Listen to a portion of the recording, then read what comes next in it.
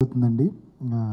ఈ friendship day వీక్ని మా కుర్రోళ్ళందరితో celebrate చేసుకుందాం. వీళ్ళందరూ బాడీ గార్డ్స్ అనుకుంటున్నారేమో, కాదు మా కుర్రోళ్ళు. మా హీరోలు అనమాట. ఈ 11 మందితో ఈ ఫ్రెండ్షిప్ డేని బాగా సెలబ్రేట్ చేసుకోవడం కోసం విజయవాడ సపోర్ట్ మాకు చాలా బాగా కావాలి. ఎందుకంటే విజయవాడలో ఉన్న కమిటీ కుర్రోళ్ళందరూ కూడా మా సినిమాని చూసి ఆదరించాలని కోరుకుంటున్నాం. ఇది ప్యూర్ ఫ్రెండ్షిప్ బేస్డ్ మూవీయే కాకుండా ఈ 30 ఏళ్ళ జీవితంలో మన జీవితంలో ఏమేమి ఎమోషన్స్ వస్తామో అలాంటి ఎన్ని ఎమోషన్స్ ఉన్నాయి. చిన్న వాళ్ళ దగ్గర నుంచి పెద్దవాళ్ళ వరకు అందరూ కూడా వచ్చి సినిమా చూసే విధంగా ఉంటుందన్నమాట. కాబట్టి అందరూ కూడా ఈ సినిమాని ఆదరించవలసిందిగా కోరుతున్నాను. అందరికీ చాలా థ్యాంక్స్ వచ్చినందుకు. జస్ట్ మా డైరెక్టర్ గారు చెప్పిన దానికి కొంచెం యాడ్ చేసి చెప్తాను. మేము ఒక పల్లెటూరు, ఒక ఊరు బ్యాక్డ్రాప్లో ఒక ఫ్రెండ్షిప్ అనేది ఎలా ఉంటుంది అని చాలా క్లియర్గా, చాలా ఫిల్టర్లెస్గా చూపించామని మేము అనుకుంటున్నాము. ఇది ఖచ్చితంగా థియేటర్లో చూడాల్సిన ఒక సినిమా. అంటే ఒక మూవీ ఒక థియేటర్ ఎక్స్పీరియన్స్ కోసం చాలా మిస్ అయ్యాం మనం చాలా రోజులు. అంటే ఇంత మంచి ఫ్రెండ్షిప్ బ్యాక్డ్రాప్ మీద వచ్చే ఒక మూవీ నాకు తెలిసి ఈ మధ్యకాలంలో రాలేదు. సో మేము చాలా ఆనెస్ట్గా ఫిలిం తీసాము, కమిటీ కుర్రోళ్ళు. అది August 9th వచ్చేస్తుంది థియేటర్స్లో.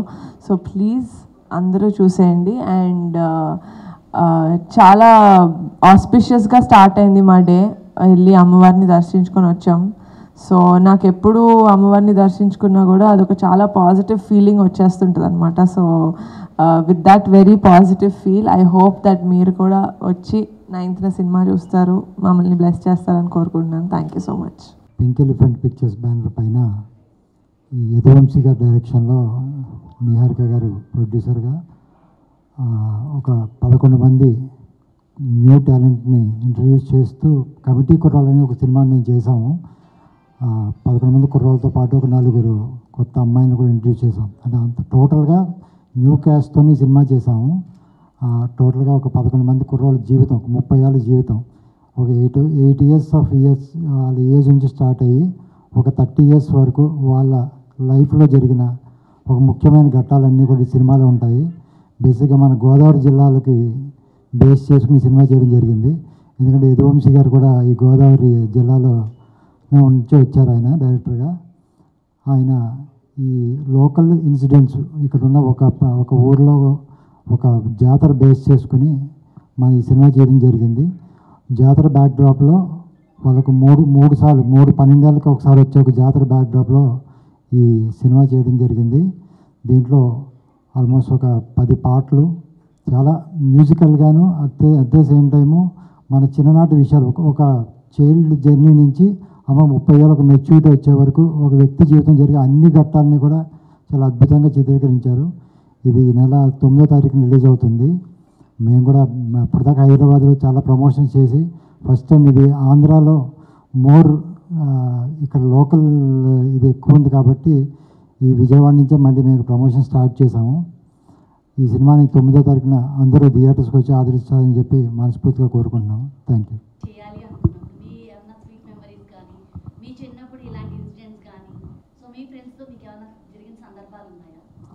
డెఫినెట్గా అండి. అంటే సార్ కథ చెప్పేటప్పుడు 8 ఏళ్ల నుంచి 18 ఏళ్ళ వరకు వయసు చూపించారు ఫస్ట్ స్టార్టింగ్లో. అది విన్నప్పుడు డెఫినెట్గా చిన్నప్పుడు నేను ఊళ్ళో ఆంధ్రాలో పెరగలేదు, నేను హైదరాబాద్లో పెరిగాను, పుట్టాను కూడా హైదరాబాద్లోనే. బట్ స్టిల్ 90sలో జరిగిన ఆ చిన్నప్పుడు మెమరీస్ అన్నీ అయితే అందరికీ చాలా మోస్ట్ ఆఫ్ దెమ్ అందరికీ సేమ్ ఉంటాయి. సో నాకు కూడా డెఫినెట్గా చిన్నప్పుడు సార్కి నిన్నే చెప్తున్నా, స్తంభాలాట ఆడేదాన్ని నేను చాలా ఎక్కువ. నాకు ఎక్కువ మంది ఫ్రెండ్స్ ఉండేవాళ్ళు కూడా కాదు. అంటే మా ఇంట్లో హెల్ప్ వాళ్ళతోటే ఎక్కువ ఆడేదాన్ని అనమాట. సో అలాంటివన్నీ చాలా గుర్తొచ్చాయి నాకు ఇది విన్నప్పుడు.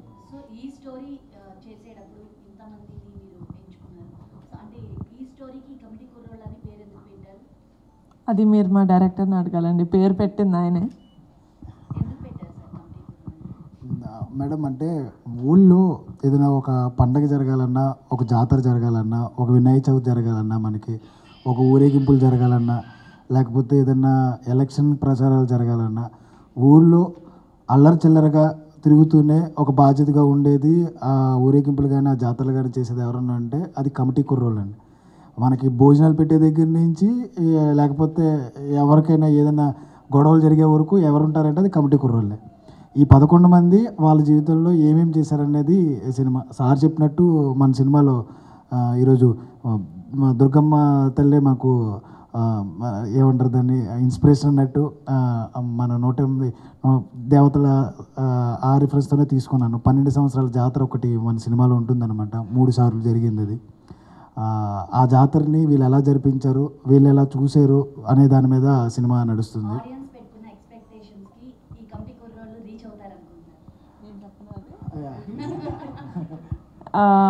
నేను ఎందుకు చెప్తాను అన్నాను అంటే, నేను ఫుల్ సినిమా చూడడం జరిగింది రిలీజ్కి ముందే.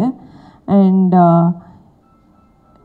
ఎంతమంది ఏం రివ్యూస్ రాసినా కూడా నా 11 మంది కమిటీ కుర్రాళ్ళ గురించి వాళ్ళు ఇరగతీశారని రాయకపోతే నేను నా పేరు మార్చుకుంటాను.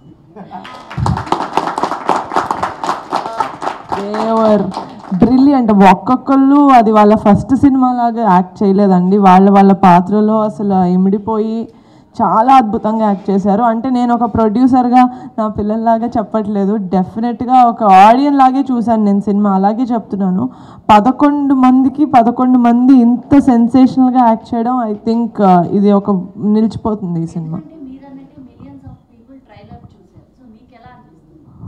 చాలా గ్రేట్ఫుల్ అండి. ఎందుకంటే ఎవరు పోస్టర్ ఫేస్ లేకుండా అందరూ కొత్త వాళ్ళతో తీసినప్పుడు కూడా ఇంత రీచ్కి వెళ్ళింది అంటే డెఫినెట్గా కొంతమంది ఇండస్ట్రీలో మా ఫ్రెండ్స్ అండ్ ఫ్యామిలీ వాళ్ళు ట్వీట్ చేసి వాళ్ళ వల్ల కూడా ఇట్ రీచ్డ్ ఆ లెవెల్కి రీచ్ అయింది. బట్ అది కాకుండా ఈ ట్రైలర్లో ఒక స్టోరీ లేకపోతే ఆ కాంటెంట్ వాళ్ళకి చాలా నచ్చి వాళ్ళు కూడా వాళ్ళ ఫ్రెండ్స్తో షేర్ చేసుకొని ఇదిగోరా మనలాగా ఉన్నారు, లేకపోతే మన కథ తీసినట్టుంది అని చెప్పి ట్రైలర్కి అంత రెస్పాన్స్ రావడం ఐఎమ్ వెరీ వెరీ హ్యాపీ.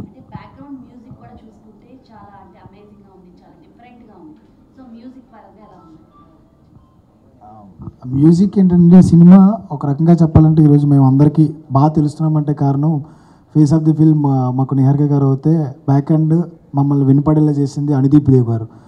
ఆయన మ్యూజిక్కి మమ్మల్ని ఈరోజు ఇక్కడ నిలబడింది.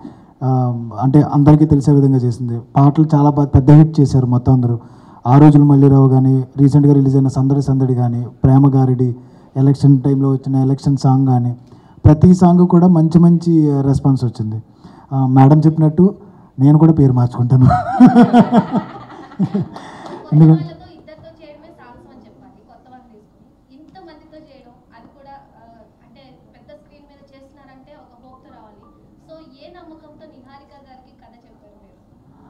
ఈ కథ చాలా చోట్ల తిరిగిందండి.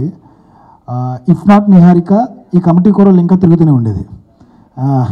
ఈ కుర్రోళ్ళు ఇంకా పాపం అలా బయట పాపం అన్ని గేట్ల దగ్గర నాతో పాటు అన్ని ఆఫీసుల చుట్టూ తిరిగారండి ఒక 3 ఏళ్ళు నాతో పాటు.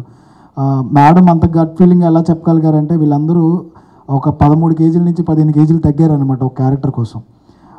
వాళ్ళు తగ్గిన విధానం చూస్తే కనుక మీరు ఇండస్ట్రీకి నేను ఎంతో గర్వంగా చెప్తున్నాను, ఒక మంచి నటుల్ని ఇస్తున్నాం అనమాట. ఆ మంచి నటులు ఎలా ఉంటారంటే నెక్స్ట్ 10-15 ఏళ్ళ పాటు 20 ఏళ్ళ పాటు వీళ్ళు ఒక మంచి స్టార్లు అవుతారనే నమ్మకంతో నేను ఉన్నాను అనమాట.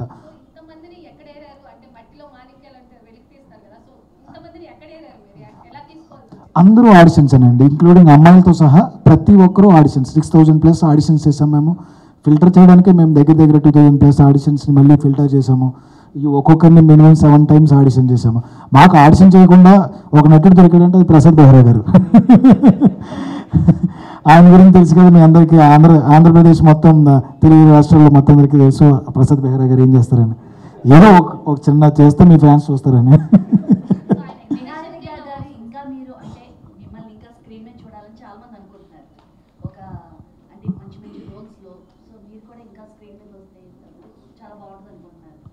డెఫినెట్గా అండి. అంటే మంచి స్క్రిప్ట్ కోసం వెయిట్ చేస్తున్నాను.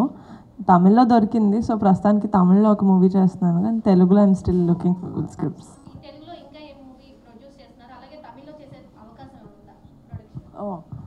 ప్రొడక్షన్ తమిళ్లో లేదండి. అంటే ఫస్ట్ ఒక గ్రౌండ్ సెట్ అవ్వాలి కదా, ఒక స్ట్రాంగ్ ఫౌండేషన్ అనేది సెట్ అవ్వాలి ఏం చేయడానికైనా. అది నాకు 2015 నుంచి చిన్నదో పెద్దదో ప్రొడక్షన్ చేసుకుంటూ వచ్చాను కాబట్టి 24కి ఒక సినిమా చేయొచ్చు అనే నమ్మకం అయితే నాకు కలిగింది.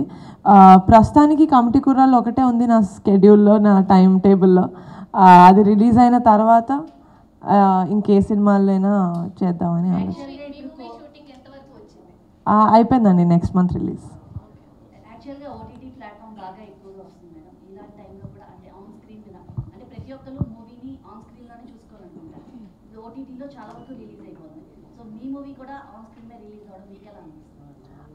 చాలా హ్యాపీ అండి, ఎందుకంటే నేను ఒక ఆడియన్ లాగా నాకు థియేటర్ ఎక్స్పీరియన్స్ చాలా ఇష్టం.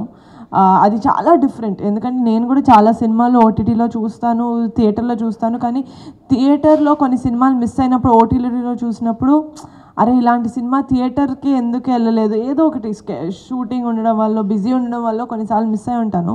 బట్ అలాగా మా సినిమా ఎవరు మిస్ అవ్వకూడదు, డెఫినెట్గా థియేటర్స్ దాకా వెళ్ళి చూడాలి. ఎందుకంటే మేము క్రియేట్ చేసిన ఎక్స్పీరియన్స్, మేము సినిమా ద్వారా చూపించాల్సిన ఎక్స్పీరియన్సెస్ అంత స్ట్రాంగ్గా మేము పోర్ట్రే చేసాం కాబట్టి డెఫినెట్గా థియేటర్స్కి వెళ్ళే చూస్తున్నారు, చూడాలి జనాలు. So I'm very happy that we are releasing in the theatres. 100 కంటే ఏదైనా ఎక్కువ నెంబర్ ఉంటే అంత సపోర్ట్ ఉంటుంది నా ఫ్యామిలీ నుంచి నాకు. అది లేకపోతే నేను ఇంత స్ట్రాంగ్గా మీ ముందు ఉండేదాన్ని కాదు. లేకపోతే ఒక ఫ్యామిలీ నా బ్యాక్ బోన్ లాగా కనిపించకపోవచ్చు, కానీ ఎప్పుడు దే ఆర్ ఆల్వేస్ దేర్.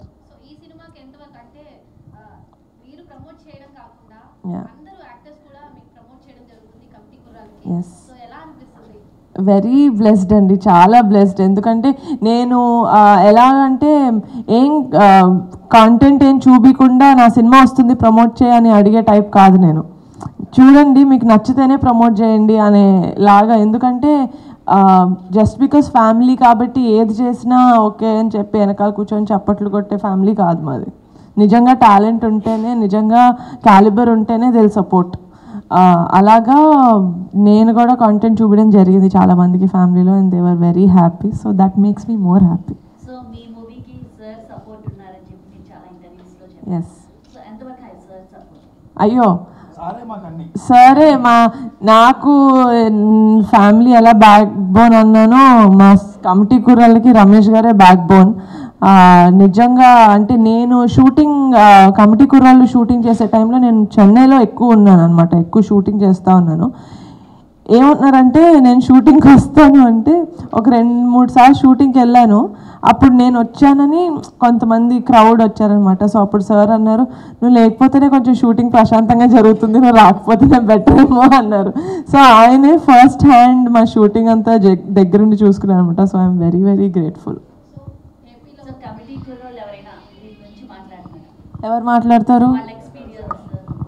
చాలా మంది ఉన్నారు, ఎవరితో మీరే కనుక్కోండి. పెద్ద స్టార్ట్ చేద్దాం, ఇది సీనియర్ సిటీలో కూడా. అంటే మొత్తం మా అందరి మీద కాదు, కుర్రోళ్ళందరి మీద కొంచెం సీనియర్ అంతే. సో నా ఇంట్రొడక్షన్ చేసి ఎలా ఉంది?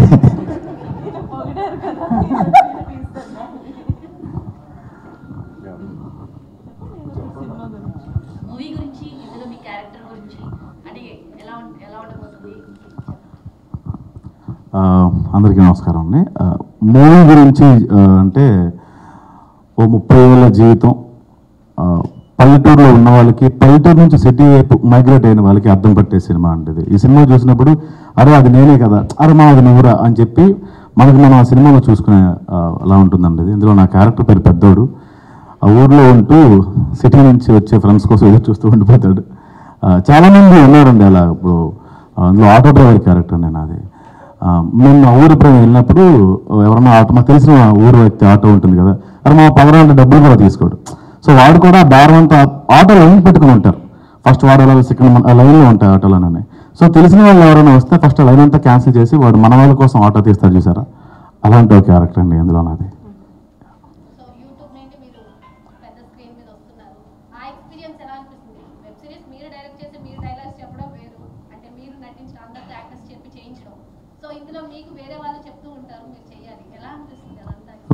బేసిక్గా ఇంకొక డైరెక్టర్ నాకు తెలియని పర్సన్ అయితే నేను కొంచెం భయపడో లేకపోతే డిస్క్వాలిఫై అయ్యేవాడిని. సో నాకు ఫ్రెండ్ అయ్యాడు తను, కొంచెం ఈజీగానే ఉండింది. ఆయన లైఫ్లో చేసిన ఒకే ఒక తప్పు ఈరోజు పెద్దోడు అనే క్యారెక్టర్ లైఫ్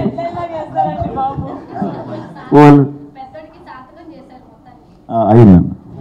నేను చెప్తానండి, పెద్దోడు అనేవాడు మీలో కూడా ఉంటాడండి. ఈ పెద్దోడు క్యారెక్టర్ అనేది ఒక ఇమ్మెచ్యూర్డ్ అండ్ మెచ్యూర్డ్, అంటే ఒక innocent, sensitive, at the same time ఊళ్ళో ఉంటూ మన ఫ్రెండ్స్ కోసం పరితపించిపోయాడు ఒకడు ఉంటాడు కదా, అలాంటి క్యారెక్టర్ అండి. ఇట్స్ బయోపిక్ ఆఫ్ ఊళ్ళో ఉండిపోయి హ్యాపీనెస్ కోసం మధ్యలో ఊరు సెంటర్లో ఉండిపోయి కాలేజీల కోసమో లేకపోతే జాబ్ల కోసం బయటికి వెళ్ళిపోయిన ఫ్రెండ్స్ గురించి నైట్ పూట కూర్చుని మనం ఇలా చేసేవాళ్ళం కదరా, ఆ రోజు ఇలా కలిసేవాళ్ళం కదరా అని మాట్లాడుకున్న ఒక క్యారెక్టర్ ఉంటుంది కదా, అలాంటి క్యారెక్టర్ పెద్దోడు. సినిమా నుంచి బయటకు వచ్చిన తర్వాత పెద్దోడికి ఇప్పుడు వరకు ప్రసాద్ బెహ్రాకి ఒక రకమైన ఆడియన్స్ ఉన్నారు, ఈ పర్టికులర్గా ఈ ప్రసాద్ బెహ్రాకి ఇంకా డిఫరెంట్ ఆడియన్స్ వస్తారు, తను ఇంకా దగ్గర అవుతాడు.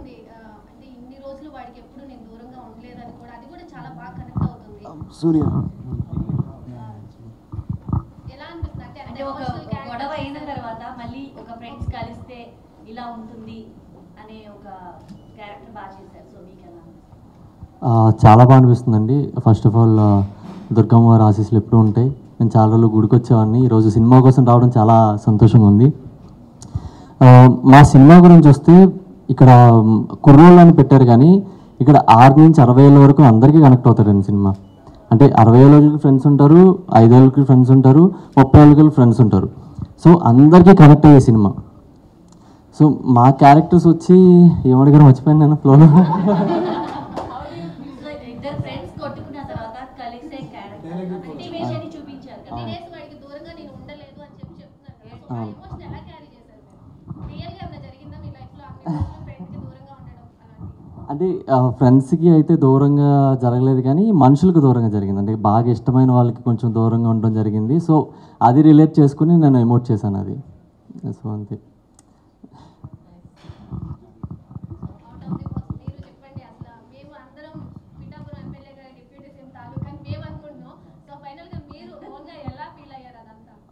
చాలా హ్యాపీ అండి. అంటే ఆయన కష్టం ఎన్ని సంవత్సరాల నుంచి చూస్తూ వచ్చాం కదా first hand, but to finally see that ఆయన దేనికోసం అయితే కష్టపడ్డారో అది సాధించారు. అంత ఘన విజయం, అది కూడా 21కి 21 అనేది 100% విన్ రేట్ అని ఎవరూ ఎక్స్పెక్ట్ చేయలేదు. అది రావడం అనేది ఇట్స్ అన్బిలీవబుల్. అది యాక్చువల్గా మా నాన్న అంత చాలా ప్రేమ ఉంటుంది, కానీ మా నాన్న అంత ఎమోషనల్ కాదండి, ఈజీగా ఏడవరు. అది అలా కనిపించింది, ఇప్పుడు మనకి థంబ్నెయిల్స్లో ఎలా అయితే కనిపిస్తుందో అలా కనిపించింది, కానీ మా నాన్న యాక్చువల్లీ ఏడవలేదు ఆ రోజు. హీ వాజ్ వెరీ హ్యాపీ, చెమట పడితే తుడుచుకున్నారు అంతే. నాకు చెప్పారు, అదేంటి మమ్మీ అలా వేసేస్తున్నారు, నేను ఏడ్చినట్టు నాకు చెమట పట్టింది. Because he's very happy. ఆయనకి ఎంత హ్యాపీగా ఉన్నారంటే ఈజ్ లైక్, నేను ఎంత హ్యాపీగా ఉన్నా అంటే ఒక పాయింట్లో నాకు ఏడుపు అదేం రావట్లేదు, నో ఎమోషన్ ఎక్సెప్ట్ హ్యాపీనెస్, అలా ఉండిపోయారు ఆయన. థ్యాంక్ యూ సో మచ్ అండి, థ్యాంక్ యూ సో మచ్.